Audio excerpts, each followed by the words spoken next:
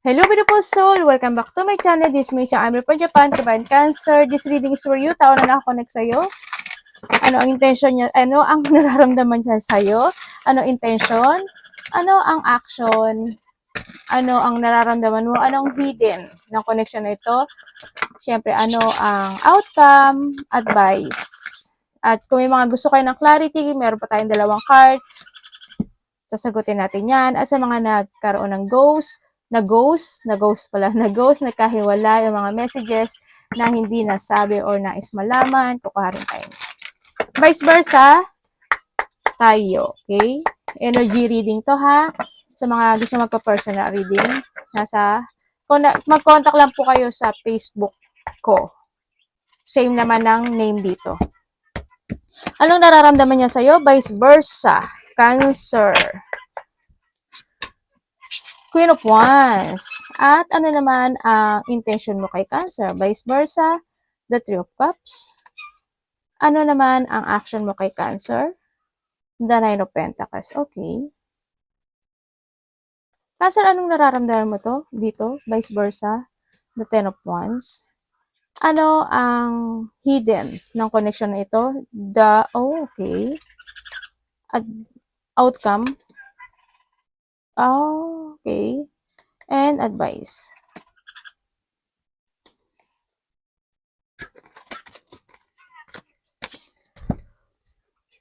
Hangman.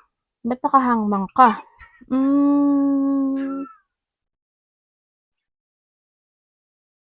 Okay. Nandito yung situation na yung iba sa inyo is meron kayong mga bagay o sitwasyon na naiisip, no? Nandun yung mga, siguro you're thinking about something, mga new plan, mga bagong strategy, o mga bagong pananaw sa kinabukasan, o yung mga gusto kang gawin, aksyonan, desisyonan, puntahan, goal. Sa iba, there's a goal situation, no? Ako na nakikita sa iyo dito, na handun din yung point na may mga sitwasyon na you want something clarity. Ganyan, either may mga project ka na ginagawa or may mga isang malaki at importanteng sitwasyon na matagal mo nang hinihintay, and this time it make happen. Ang nakikita ko sa iyo dito, no? Yan. Yun ang nakikita ko sa iyo dito. And then also, nahandun din yung point na magkakaroon ka ng communication sa isang tao na may edad sa'yo. Pwedeng ate mo, pwedeng magulang mo, pwedeng boss mo, pwedeng mga dati mo kakilala, o kaya is pwedeng nahandun yung point sa iba sa inyo is mga matataas na tao. Ganyan. May mga makakasalamuhay, iba sa inyo mataas. Pwedeng teacher, pwedeng kung sino man yung mataas tao na yan, pwedeng basta kung related siya sa'yo, ano, sa iba sa inyo, or hindi man siya related, pero kasi yung teacher hindi naman din relate, hindi mo naman kamag-anak, di ba? Basta mataas na tao, or nakakataas, mga ganyan. O kaya nahandun din yung point na merong mga papers and documents kayo na dapat asikasuhin. O parang may asikasuhin ka ata. Ano to, anak? Parang may water dito.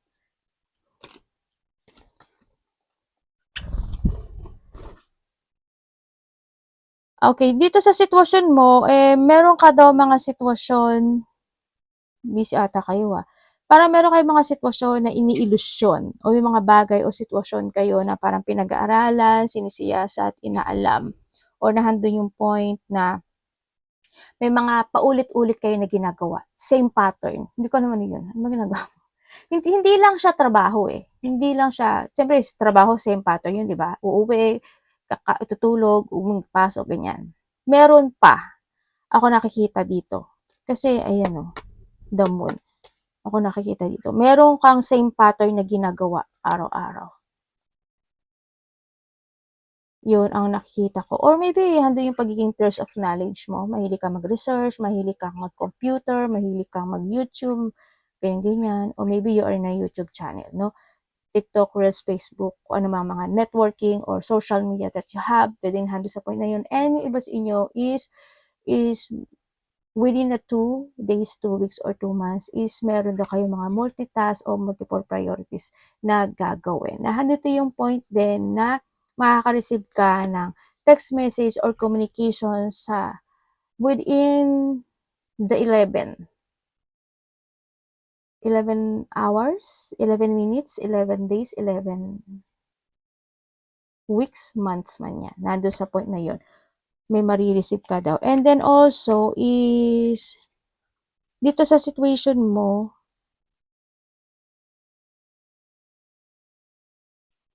merong someone spying no? Yan, someone is spying. Parang meron kang gagawin, no? Parang you will back from the zero and from the top situation. Dito, Cancer. May halimbawa, tapos ka na kasi may nakikita rin ako nag-aaral no? Ganyan. Siguro, halimbawa, kung nag-aaral ka, yan, gagraduate ka na, o kaya may mga utang ka, may mga ginagawa kang project, or creation, or fashion, yan, maaaring yun, matapos na yun, and you will work from the top, from the zero, from the beginning, pwedeng nahando sa point na yun, or sa trabaho, mga bagong trabaho, or mga bagong kakilala, mga bagong connection, yan, ang nakikita ko sa iba, sa inyo, dito. May magkakaroon ng mga options in life. Kaya you need to be very careful sa option na. Tingnan natin. Kumbaga, ang dami rin na opportunity na darating sa'yo.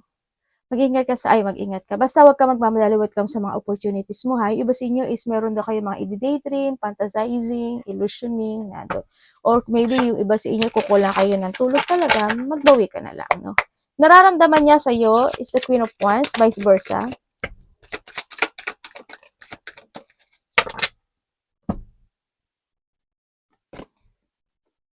Okay.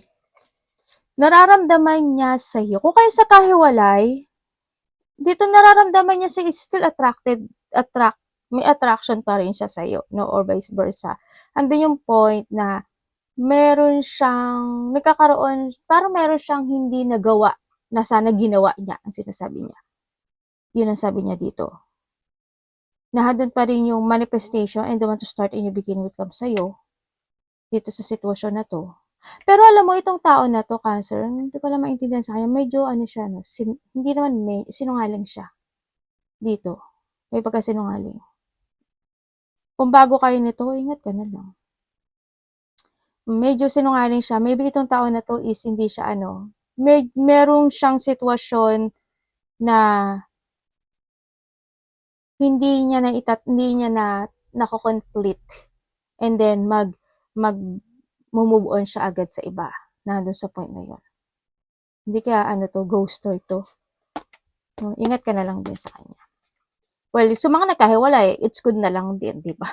At least, di ba, wala ka na sa kanya. Oh, or maybe this is you.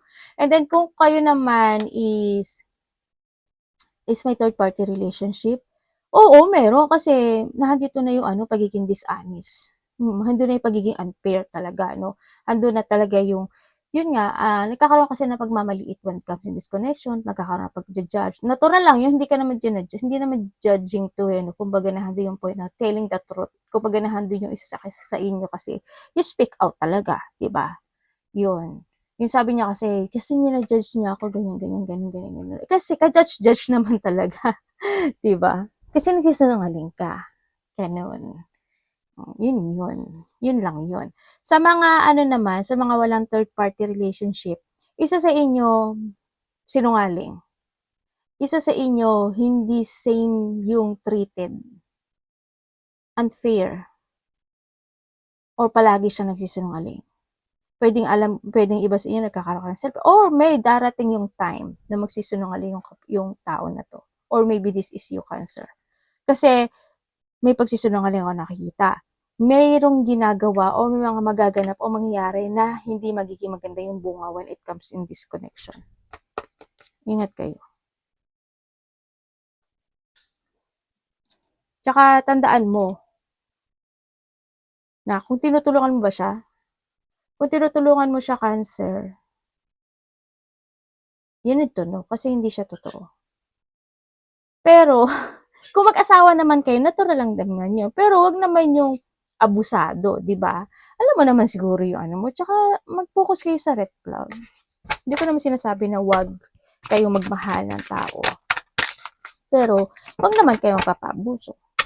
At honest ba siya? Hindi. Hindi siya honest. Pero may yung mga walang third party kasi may pagsisinungaling.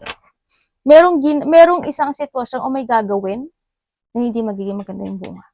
May mga magaganap pang mangyari. Kung magkakabalikan kayo, ingat ka kasi hindi ko alam kung ikaw ito or siya. May paghihiganti na gagawin. Ingat na lang. Intention. Okay, intention niya sa'yo. Cups. Okay. Kung kayo is nagkahiwalay nitong taon to, ang intention niya sa'yo is, syempre, magkaroon kayo ng pag-uusap muli, day thinking, kung magiging friend uli kayo, ganyan. Kung hindi man friend, kung hindi man kayo, friend na lang, nandun sa point na yun. Willing pa rin naman daw siya na suportahan ka. Suportahan, nagsisinungaling ka nga. O willing ka na suportahan ka pa rin yan. Joker ba to? Sabay ganun eh. Naku, basta, hindi ko alam kung sino, kung ikaw ito or siya ha. Yun, ang nakita ko doon. Ang tension niya sa'yo is magkaroon kayo ng getting together again. Nandun siya sa point na yun. Ito. Okay, kung kayo naman is may third party relation, oo, yan, kitang-kita. Diba? Oo, matagal na. Maaaring itong taon na to, matagal na tong kung may third party, matagal na to na gano'n ang niya, attitude niya. Or maybe this is you. Kumbaga nandun sa point na nag-uumpisa sa friend. Or maybe sinasabi niya, friend ko lang yun. Hindi ko naman yun. Yan. Sinusuportahan ko lang yun. Kasamaan ko lang sa trabaho yun. Tapos ikaw na pag-iisip. But you need to trust your intuition dito kasi sasabihin na sa'yo yung universe, yung katotohanan. Kung kayo naman is walang third party relationship, is hando naman yung happiness, hando naman yung suporta ng isa't isa sa nakita ko. Yun nga lang, may mga time lang siguro na napaiisip ka at nagkakaroon ka ng emotional dito. Ay, nagkakaroon siya ng emotional sa relationship. Intention niya sa'yo, yun, to rebuilding the foundation na parang, magkaibigan and connection or relationship na alam mo yun yung na pwede kapag may problema ko, pwede ako mag-lean on sa'yo, ganun ka rin sa akin, yung mga ganun sitwasyon. Yun ang intention niya sa'yo.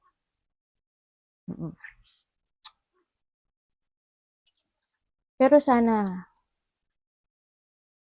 yun, sana lang, sana totoo. Sana totoo. Titignan natin itong outcome pala. Pero kung titingnan ko dito sa sa nararamdaman niya sa'yo, dito kasi kasi iba yung sinabi niyang nararamdaman niya sa'yo eh. Kasi nga sabi ko, di ba, darating yung point na may gagawin siya o may ginagawa siya o may mangyayari na hindi magiging maganda yung bunga. Kaya nagduda ako dito sa sitwasyon na to.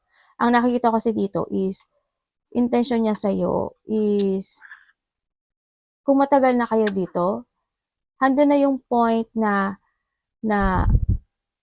sarili na lang din niya kasi isip niya yung happiness niya dito. O kaya naman hindi, kasama ka naman doon, but still, kung may mga anak kayo, syempre, family. Nandun sa point na yun. Kasi dito nandito yung point na hindi na siya magiging well, hindi ka naman niya iiwanan, no, sa mga walang third party. Kasi, lalo na kung may mga anak kayo. Pero, dito sa sitwasyon, may mga sitwasyon lang na magiging unfair talaga siya sa'yo. Mararamdaman mo yun. As in, mararamdaman mo. Kasi magkakaroon ka ng emotional feelings nalungkot. Mapapaisip ka. Ano ko ba? Muna. Action. Ay, ganun.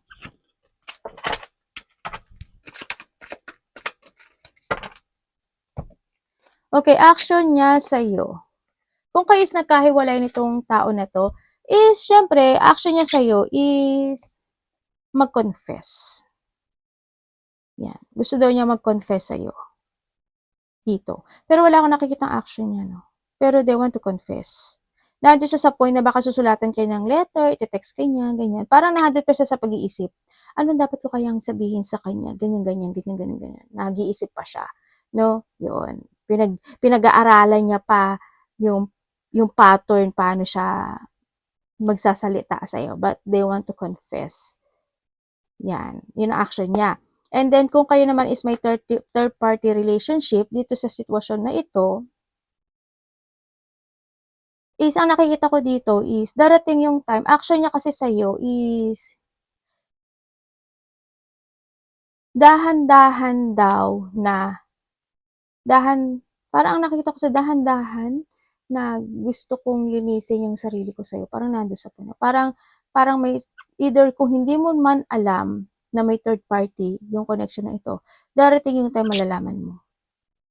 Kung alam mo na may third party relationship naman dito, is nandun yung point na unti-unti mararamdaman niya yung regret ng ginagawa niya. Ang nakikita ko dito. At nandun din yung point na iba dito, aaminin naman niya na, oo, ng babae ako, ng lalaki ako. At pinaghahandaan niya na yun. Pinaghahandaan niya talaga. Parang nandun sa point na, pag na-booking ako, pag ganito, kinumpronta ako, ganito na yung sasabihin ko, ganyan. They prepare. No? Kung kayo naman is walang third party relationship, action niya sa'yo, syempre gusto niya na ano man ang mangyari would come in this connection, may mga sitwasyon man na hindi naging magandang bunga, ganyan-ganyan, pipilitin niya unti-unti na mag-improve at maging okay yung relationship. Kumbaga, is gagawin pa rin naman niya yung hard work and effort when it comes this connection. Yun ang action niya dito.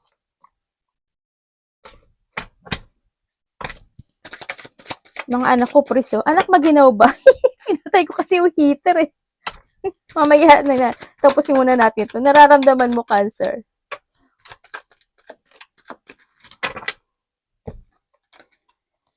Okay, nararamdaman mo. Kung kayo nagkahiwalay, syempre, nararamdaman mo talaga yung naging tanga ka sa kanya. Diba? And you healed, sabi mo. Yan. Nararamdaman mo sa kanya yon. Ang dami kong naging sakit dyan, ang dami kong pain, nararamdaman sa kanya, ganyan-ganyan. And buti na lang, nakawala na ako sa kanya. And I'm healed. And I'm, kung bago pa lang kayo nito, yun, healed, hindi healed. Yun, sabi mo, naging tanga ka sa kanya. And then also, parang biglaan yung situation. O biglang something happen na paglayo o pag-iwan. Or biglaan na lang naganap na hindi na kayo okay pala. Yun ang nakita ko dito, no? And then, kung kayo naman is may third-party relationship, nararamdaman mo sa kanya, syempre, still a pain. Parang you feel a dark. May pag-asa pa ba? Magiging okay pa ba ang lahat? Nandun ka sa pag-iisip mo na yun. Magiging malaya pa ba kami or magkakaroon pa ba ng dating kami na nandun ka sa point na yun? Yan, sabi mo, ang sakit, feel burden, feel struggle, feel sobrang problema, no? Sobra yung pain na nararamdaman mo.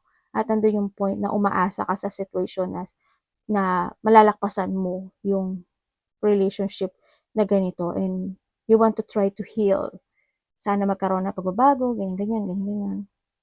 Kung wala naman third party dito sa sitwasyon, syempre nando yung point na nararamdaman mo sa kanya. Every struggle, every problem happen sa buhay nyo, ng mga hindi inaasahan, nagkakaroon naman kayo ng resetting. Kumbaga nahandun pa rin yung pag-asa nyo at hindi pa rin kayo na ayaw nyo pa rin na bumitaw sa isa't isa.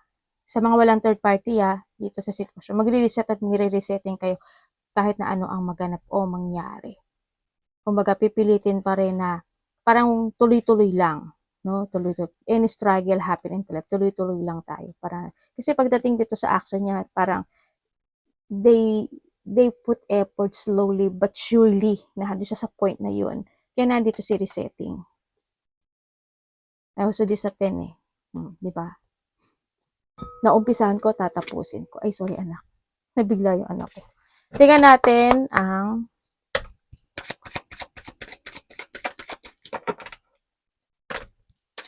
hidden. Anak, alam mo, iwas ako sa inyong dalawa. Okay, when it comes sa hidden, ikaw ito or siya, alam mo, ang isa sa inyo kasi mapag-isip, no? Andoon. Yung ang dami niyang iniisip sa sitwasyon, na hando siya sa point, itong tao na to, na parang, kung titingnan ko sa kanya, nandito na siya sa point na marami na siyang alam at nag-iisip siya ng enlightenment. May mga bagay siya na gusto niyang panindigan itong taon na 'to. Iniisip niya, tama pa ba 'to, ganyan-ganyan, gano'n-gano'n. Kailangan na ba? Nandiyan siya sa point na 'yun. Parang naghihintay na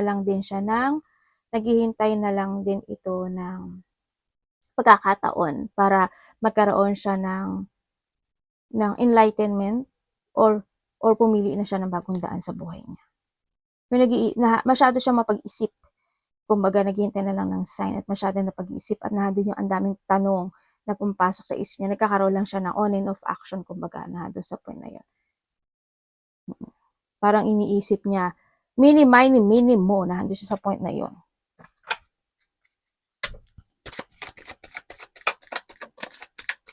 Outcome, mga anak ko na-press anak ko na-press dito Okay, what comes sa outcome? Sa nagkahiwalay, sa mga nagkahiwalay, alam mo, kahit na magkahiwalay kayo, isa sa inyo is maalala at maalala niyo yung isa't isa. Still reminiscing the past situation. Maalala niyo yung dating mga magaganda or masasama man niyang sitwasyon. Sa mga may third party, syempre nandun pa rin naman yung point na lalo na kung may anak kayo, hindi talaga kayo maghihiwalay. Parang nandun yung point na ayaw maghiwalay and still holding yung isa sa inyo.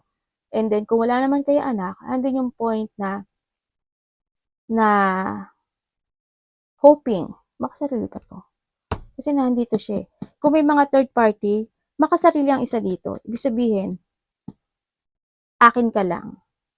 Ayokong may ibang kumuha sa'yo kahit na ako naglalaro. Parang nandun sa point. Kasi syempre may third party, di ba? Yun ang nakikita ko sa kanya. Kumbaga nandun yung sa point na bubulahin ka niya o papaamuhin ka niya. Pero sa may mga walang third party naman dyan, nandun yung point na is magkakaroon kayo, para makakabuo kayo ng isang good memories sa inyong dalawa dito. As long as isa sa inyo is mahaba yung pasensya habaan mo yung pasensya kasi hindi maganda yung nararamdaman niya sa'yo dito.